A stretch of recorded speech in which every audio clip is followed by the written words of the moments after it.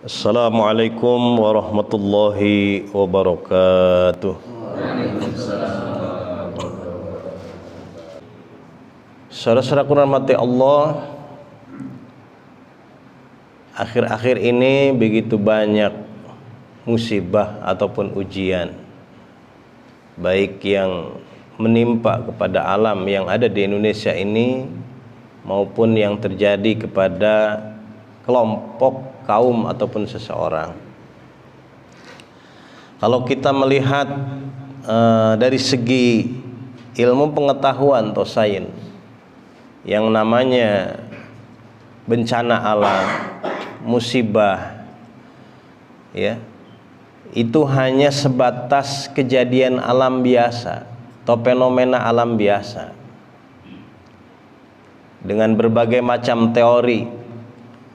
Lempengan tanah yang patah lah, ada yang menyebabkan tsunami atau tidak menyebabkan tsunami. Itu bagi orang yang berbicara hanya dari sisi kacamata ilmu pengetahuan, berarti alam atau sains.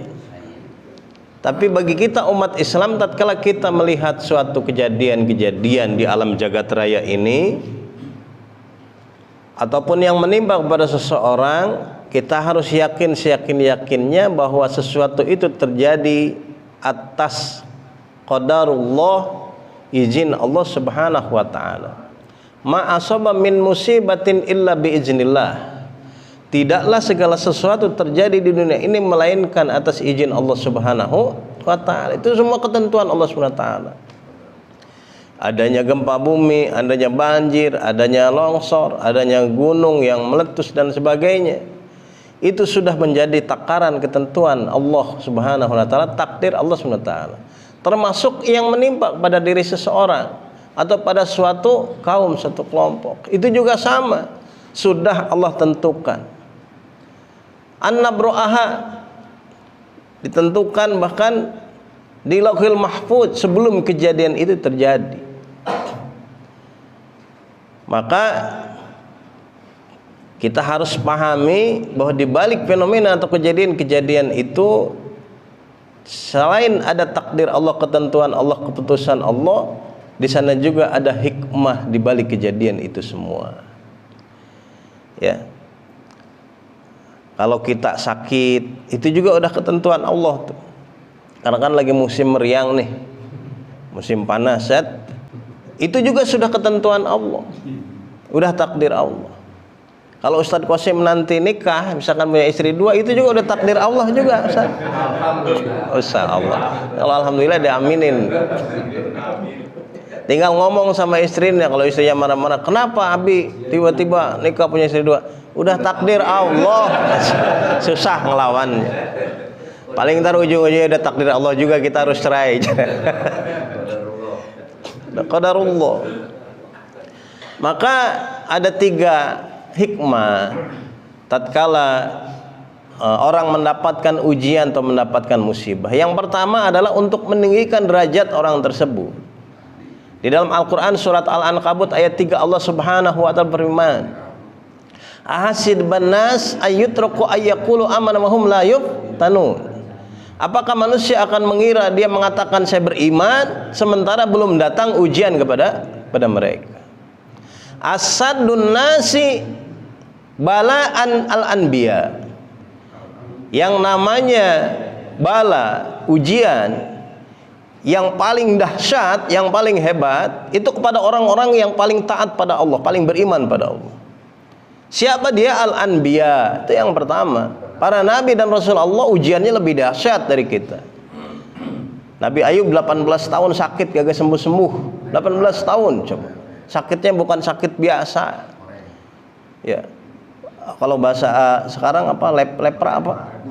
Kusta. Ya, orang nggak mau ngedeketin dia. Nabi Ayub alaihissalam, dia nggak mengeluh. Masya Allah. Coba kita kalau dikasih penyakit 18 tahun, sakit gigi seminggu aja kita luar biasa sakit. Ya. Bagaimana Nabi Ibrahim dilemparkan ke api, bagaimana Nabi Yunus ditelan di perut ikan, bagaimana Rasulullah SAW dakwahnya ditentang luar biasa, sudah diboikot, dicaci, dimaki, dihina, masya Allah. Bahkan sampai puncaknya mau dibunuh Rasulullah SAW. Itu ujian dakwah. Kalau kita Ustadz Qasim dakwah cuman becek-becek dikit, ya datanglah. Dingin-dingin dikit, datanglah ya. Kalau perkara dikasih amplop apa kagak itu urusan belakangan saja. Dosa Ustadz minta amplop mah.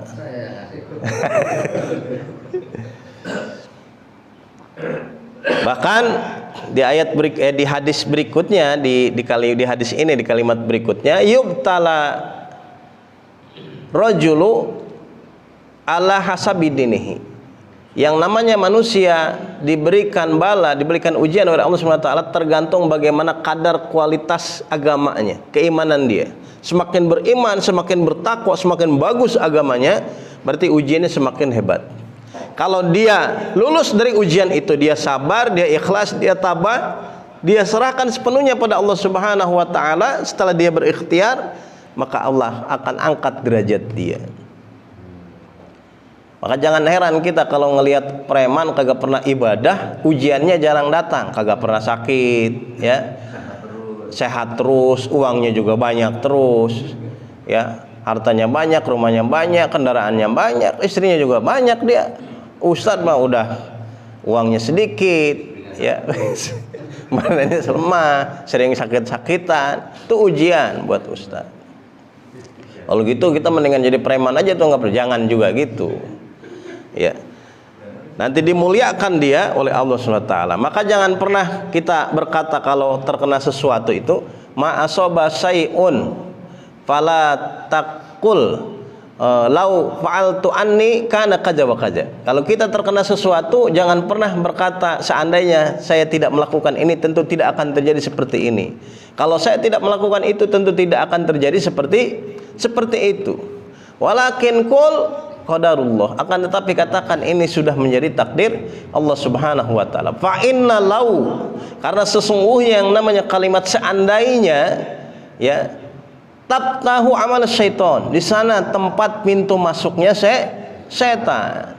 Setan akan menggetarkan, akan melunturkan keraguan, melunturkan keyakinan kita kepada Allah Subhanahu wa taala, sehingga menjadi ragu kita akan takdir Allah Subhanahu wa ta'ala. Maka apapun yang terjadi, baik itu bencana alam atau musibah, penyakit yang terjadi pada seseorang, katakan hadza qadarullah, ini sudah menjadi ketentuan Allah Subhanahu wa ta'ala. Allah akan angkat derajat orang-orang yang beriman diberikan ujian atau musibah. Sampai dalam hadis itu, idza sabaqat minallahi manzilatun, tatkala seseorang mau diangkat derajatnya oleh Allah Subhanahu wa taala, maka Allah akan berikan ujian dia terlebih dahulu, ya, fi jasadihi au fi malihi au fi waladihi, baik lewat tubuhnya ataupun lewat hartanya ataupun lewat anaknya. Yang keduanya, ujian itu Allah turunkan untuk menghapuskan dosa-dosa, menggugurkan dosa-dosa. Hatta syaukati yusakuha illa kafarallahu min khotayahu. Kalau ada sakit panas, meriang, keletihan, kesusahan, kebingungan, bahkan sampai dengan duri yang menusuk, ya, kemudian merasa sakit dengan tusukan duri itu, maka akan menjadi wasilah Allah Subhanahu wa taala kafarallahu min khotayahu, mensucikan, membersihkan dirinya dari dosa-dosa dan kesalahan. Maka jangan pernah berkata benci kepada sakit demam, ya, yang datang kepada kita, atau sakit-sakit yang lain yang dirasakan oleh tubuh kita, tapi yakinlah bahwa itu semua adalah kafarallahu bani Adam, cara Allah untuk mensucikan dosa bani Adam. Tentunya mereka orang-orang yang beriman. Tapi sebaliknya, bagi orang-orang yang kufur, tatkala mereka terkena musibah, ya, ujian, maka musibah ujian itu bukan lagi bentuk menghapus dosa atau mengangkat derajat, melainkan hukuman, teguran, azab dari Allah Subhanahu wa ta'ala. Maka apapun yang terjadi pada diri kita, karena yang namanya musibah itu nggak bisa diprediksi datangnya kapan. Sakit juga sama ya, apalagi yang namanya sakit itu biasanya datangnya cepat, berangkatnya susah banget ya. Cepat, kena hujan nih sedikit aja langsung sakit ya kalau nggak fit ya. Salah makan aja langsung kambuh dia sakitnya ya. Nanti berangkatnya, hilangnya itu susah ya. Apalagi udah sakit kagak punya duit, lu sembuhnya susah luar biasa tuh ya. Tapi kalau sakit punya duit agak cepetan sembuhnya. Kalau nggak percaya coba istrinya. Kalau istrinya meriang dibawa ke klinik tuh 2 minggu belum tentu sembuh tuh ya. Tapi kalau istrinya meriang kasih uang 10 juta ajak ke toko emas, sembuh tuh besok. Cepat karena hatinya bahagia, jadi cepat sembuhnya. Mudah-mudahan apapun yang menimpa pada diri kita itu merupakan menjadi wasilah Allah Subhanahu wa ta'ala menggugurkan dosa-dosa kita, mengangkat derajat kita.